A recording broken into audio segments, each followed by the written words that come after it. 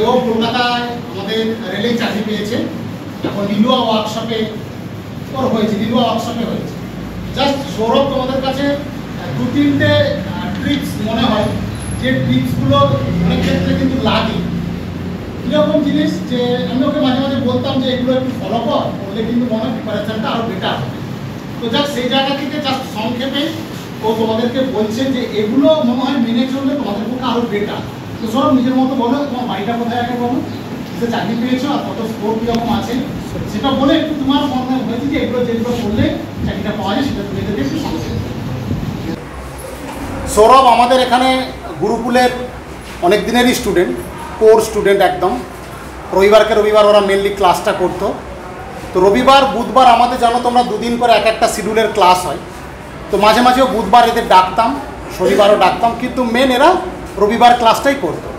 প্রথমে সায়েন্সের ক্লাস থাকে, তারপর ম্যাথের ক্লাস থাকে, তারপর রিজনিং ক্লাস থাকে, তোমরা জানো 3টে করে ক্লাস আমাদের থাকে। তো একদম সৌরভের মুখ থেকেই শুনবে যে ও আজকে রেলের টেকনিশিয়ানে চাকরি পেয়েছে।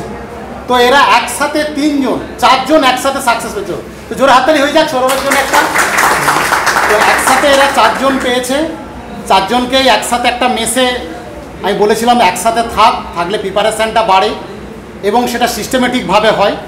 তো সেইভাবে এরা 4জন আজকে টেকনিশিয়ানে সাকসেস। সৌরভের ও ফিটার ট্রেডেড স্টুডেন্ট। তো ও কীভাবে প্রিপারেশান নিয়েছে, কোথা থেকে ও পড়াশোনা করেছে সে ডিটেলসটাও বলবে। বলার আগে সৌরভকে আমাদের গুরুকুলের তরফ থেকে আমরা উত্তরীয় দিয়ে সৌরভকে বরণ করে নেব। তো সৌরভ তুমি এদের বলো, তোমরা তো এখন জানো যে রেলের এখন প্রায় ইয়ারলি পরীক্ষা হবে রেলে একটা, তোমরা সেটা শুনেছ। এবং সেইভাবে প্রিপারেশান নিলে যে খুব তাড়াতাড়ি একটা রেলে সাকসেস পাওয়া যায়, যেখানে প্রায় নিট অ্যান্ড ক্লিন পুরো রিক্রুটমেন্ট প্রসেস এবং রিক্রুটমেন্ট এখন খুব দ্রুত হয়ে যাচ্ছে এবং সেটা একটা সিস্টেমেটিক প্রসেস। শুধু নোট ধরে পড়লে কিন্তু এখানে সাকসেস রেটটা অনেকটা কম থাকে, তাই আমরা ক্লাস রিলেটেড নোটগুলোকে পড়াই। তো সৌরভ কীভাবে আমরা যেটা পড়িয়েছিলাম বা তুমি যেটা করেছো, কিভাবে তুমি এখানে এলে, কোথা থেকে প্রিপারেশান নিয়েছো, এই বিষয়টা এদের সামনে বলো, যারা এরা প্রিপারেশানটা নিয়ে আগামী দিনে সাকসেসটা পেতে পারে। তো আমি আমার ডিপ্লোমা প্রথমে কমপ্লিট করেছি। তো তারপরে কোথায় কী করবো কোনো খুঁজে পাচ্ছি না। তো একটা বন্ধু গুরুকুলে পড়তো, তো ওখান থেকে ও আমাকে বলে যে তাহলে গুরুকুলে চলো। তো ওখানে এলাম স্যারের কাছে। তো আসার পর থেকে ওইভাবে স্যারের সাথে জার্নি শুরু। প্রথম বুঝতেই পারতাম না যে কী চলছে, কী কারেন্ট অ্যাফেয়ার্স বা কী। তো আস্তে আস্তে স্যার প্রথমে বুঝিয়ে বলে বা এখান থেকে ক্লাস শুরু হয়। তারপরে আমাদের সময় সমস্যা কী ছিল যে ভ্যাকেন্সি আসছে না। মাঝখানে একটা ভ্যাকেন্সি এসেছিলো ডিআরডিও সেপ্টেম্বর 10, তো ওটা আমাদের ফাইনাল লিস্টে মেরিট লিস্টে কাটিয়ে দিল। দেওয়ার পরে কোনো ভ্যাকেন্সি নেই, অধৈর্য হয়ে পড়ছি। স্যার মাঝখানে আমি 2 মাস বন্ধ করে দিই নিজে থেকেই। ওখানে টিউশনি পড়াতাম, একটা মেসে থাকতাম, তো টিউশনি পড়াতাম, পড়ছি, যাই চলে যাচ্ছে, আর ভালো লাগছে না।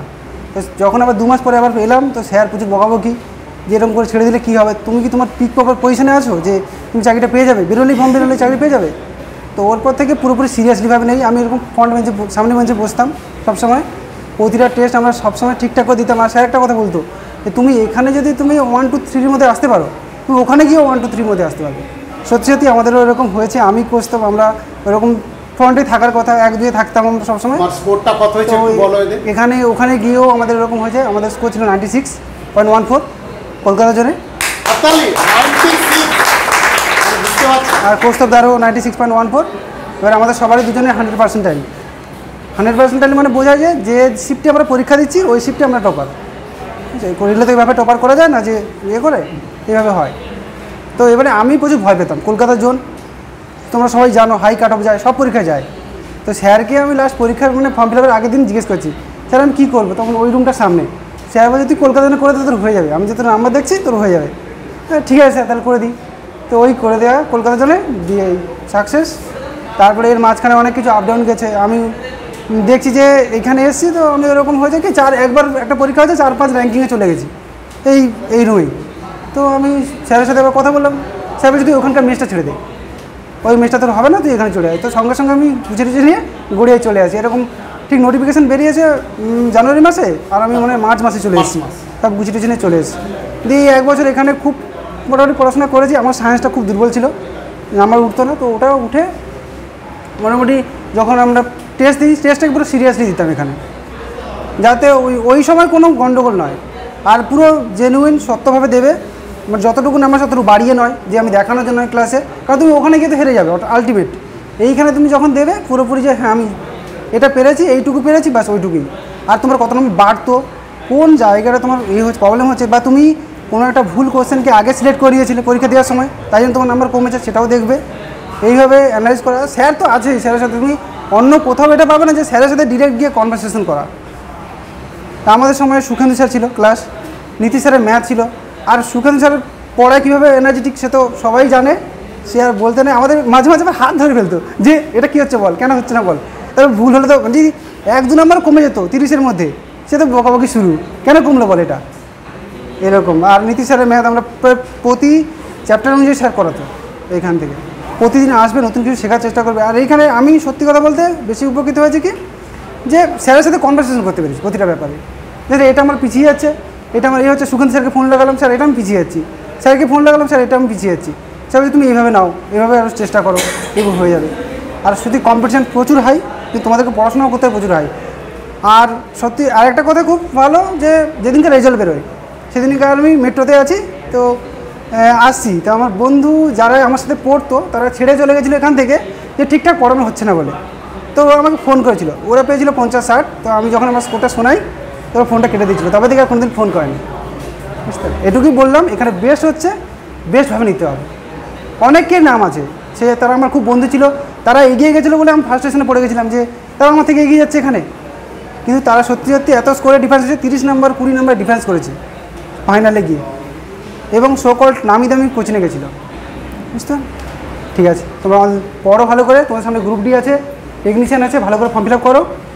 না তাহলে দাদার জন্য লাস্ট একটা হাতে 100% টাইম, এটা যাতা ব্যাপার না, কিন্তু সব থেকে বলবো যেটা, তাহলে ধরে রাখতে হবে। তোমাদের বারবার আমি বলি, অ্যাকচুয়ালি আমার সাথে সবসময় তোমাদের মিট হয়, সবসময় কথা, এদেরকে নিয়ে আসি, এরা আসলে তোমাদের ভালো লাগে, তোমরা পার্সোনালি কথা বলতে পারো যে দাদা কীভাবে এগোবো না এগোবে। এরা প্রচণ্ড হেল্পফুল ছেলে, এবং আমি বলবো এরা যদি ওই লাস্ট মুহূর্তে যে কথাগুলো ওরা শুনেছে, এটা আমি সব থেকে আমিও নিজে গর্বিত বোধ করি। যখন এসে দেখছি ও মানে কত ভালো ছেলে, কয়েক মাস পর পড়তে এসছে এখানে, আমি আলাদা করে মেসেজ করেছি যে কিরে কী হলো, হঠাৎ করে কী হয়ে গেল, তখন অলরেডি ভ্যাকেন্সি বেরিয়ে গেছে, ফর্ম ফিল আপ চলছে। এসে যখন পরীক্ষা দিচ্ছে দেখলি কত নেমে গেছে নিচে।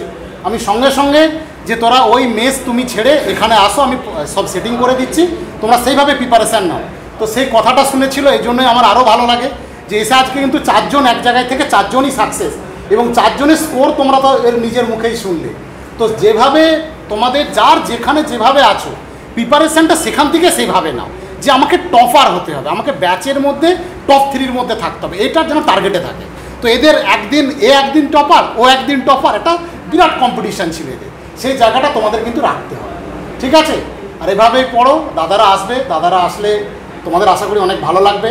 আর তোমার বাড়িটা কোথায় সৌরভ? আমাদের বাড়ি অনেক দূরে, দক্ষিণ চব্বিশ পরগনার পুরো শেষে, মৌসুমী দ্বীপ বলে একটা দ্বীপ আছে, সবাই ঘুরতে যায় এখন, ওখানে আমার বাড়ি।